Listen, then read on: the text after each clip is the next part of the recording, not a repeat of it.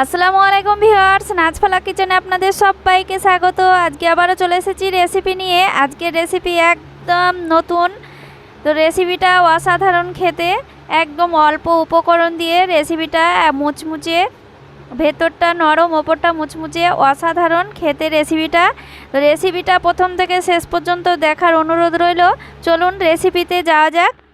এখানে নিয়ে নিয়েছি 1 কাপ সুজি, 1 কাপ সুজি আর একটি আলু। এই দিয়েই আমি নাস্তাটি তৈরি করে নেব।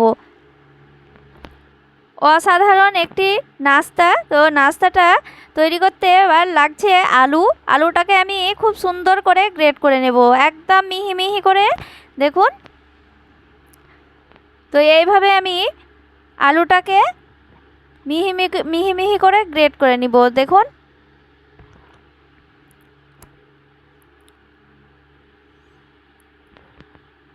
তো আপনারা একটু আলুটাকে মোটা করেও নিতে পারেন। তো আমি একদম মিহি মিহি করে নিলাম। তো এভাবে আলুটাকে আমি গ্রেট করে নিচ্ছি।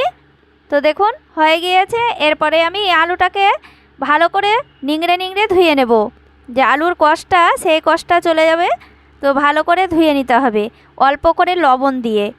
তো লবণ দিয়ে ধুলে পরে আলুর যে কষটা থাকে সেই কষটা একদম বের হয়ে যায়, তো একদম সাদা সাদা হয়ে যায়। তো দেখুন, একবারে আলুটাকে সাদা হয়ে গিয়েছে। তো এবার চলে যাব রান্নায়। তারপরে এখানে কড়াইয়ে দিয়ে দিচ্ছি সাদা তেল 2 চামচ মতো। তারপরে দিয়ে দিচ্ছি সরষে, দিয়ে দিচ্ছি আর কালো জিরে 1 চামচ করে। তো নেড়ে চেড়ে এরপরে দিয়ে দেব ধুয়ে রাখা আলুটা দিয়ে দিলাম, দিয়ে নেড়ে চেড়ে নিচ্ছি।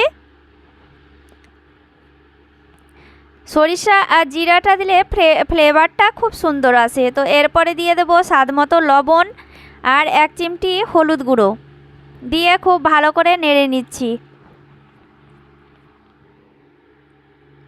আলুটাকে ভালো করে নেড়ে নেওয়ার পর 2 কাপ মতো জল দিয়ে দিচ্ছি। আমি যেই কাপে নিয়েছিলাম সুজি, সেই কাপে মেপে 2 কাপ জল দিয়ে দিচ্ছি। জলটা ফুটে উঠলেই দেখুন, জলটা ফুটে উঠেছে। এরপরে দিয়ে দিচ্ছি সুজি। 1 কাপ সুজি নিয়েছি আমি, 1 কাপের পরিবর্তে 2 কাপ জল দিয়ে দিচ্ছি। তো দেখুন, সুজিটা দিয়ে এইভাবে আমি নাড়াচাড়া করে নিচ্ছি। খুব সুন্দরভাবে নাড়াচাড়া করে নিতে হবে। তো দেখুন, আস্তে আস্তে একটি মণ্ড তৈরি হয়ে যাচ্ছে। তো একটি ডো তৈরি হয়ে যাচ্ছে। খুব ভালো করে একটি ডো তৈরি করে নেব।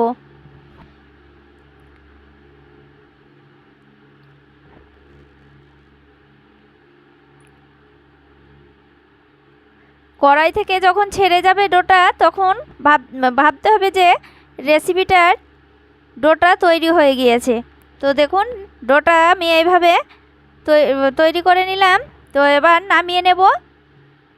এরপরে আমি থালায় নিয়ে নিয়েছি।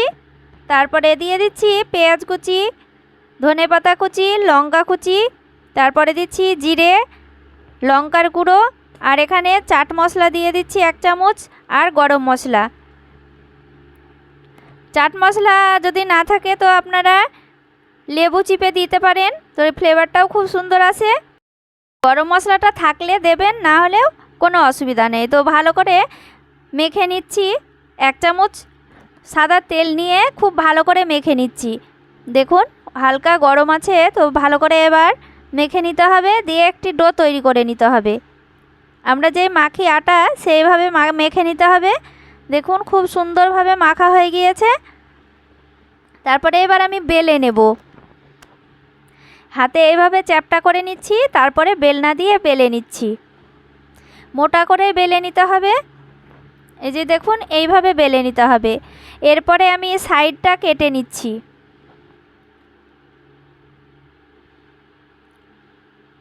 সাইডটা কেটে নিয়ে আবারও ওগুলোই তৈরি করে নেব। তো ওগুলো বাদ দেওয়া যাবে না। তো দেখুন, এইভাবে আমি সমান করে নিচ্ছি, দিয়ে কেটে নেব, বরফির মতো কেটে নেব। তো আপনারা পছন্দ মতো করে কেটে নেবেন।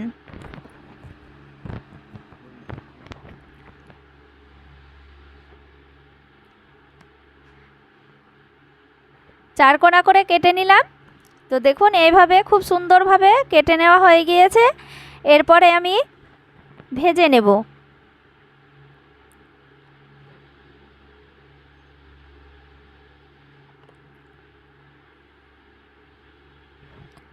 তো কড়াই চাপিয়ে দিয়েছি, হালকা তেল গরম করে নিয়েছি, তেলটাও বেশি লাগে না, হালকা তেলে ভেজে নিতে হয়। তো একে একে আমি নাস্তাগুলোকে তেলে ছেড়ে দিচ্ছি। তেলে ছেড়ে দেওয়ার সঙ্গে সঙ্গে নাড়বেন না, মনে রাখবেন যে এখানে সুজিটা খুব নরম, তো সঙ্গে সঙ্গে নাড়লে ভেঙে যাবে আর লেগে যাবে। তো দেখুন হালকা করে যখন তলাটা করা হয়ে আসবে তখন উল্টে দিতে হবে। তো দেখুন এইভাবে উল্টে দিয়ে লাল লাল করে ভেজে নেব। আস্তে আস্তে পুরোপুরি কালার চলে এসেছে, দেখতেই পাচ্ছেন নাস্তাগুলো কতটা কিউট লাগছে। তো দেখুন এইভাবে আমি ভেজে নিচ্ছি। তো এবার ভাজা হয়ে গিয়েছে, এবার তুলে নিচ্ছি। কালারটাও দেখুন কতটা সুন্দর এসেছে। তো বাকিগুলোও আমি একইভাবে ভেজে নেব।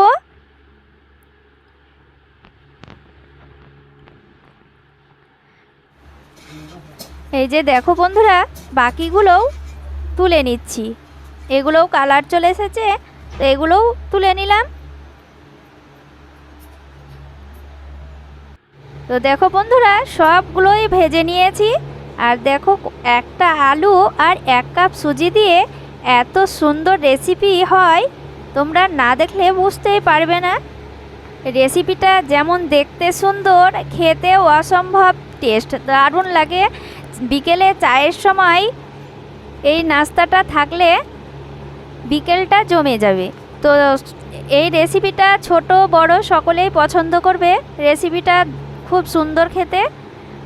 তো রেসিপিটা সস দিয়েও খুব সুন্দর লাগে, ছোটরা তো সসটা খুব পছন্দ করে, তা সস দিয়েও খুব ভালো লাগবে খেতে। তো বন্ধুরা, তোমরা সবাই বাড়িতে অবশ্যই তৈরি করবে, আর রেসিপিটা ভালো লাগলে লাইক কমেন্ট শেয়ার করবে। তো সবাই ভালো থেকো, ধন্যবাদ।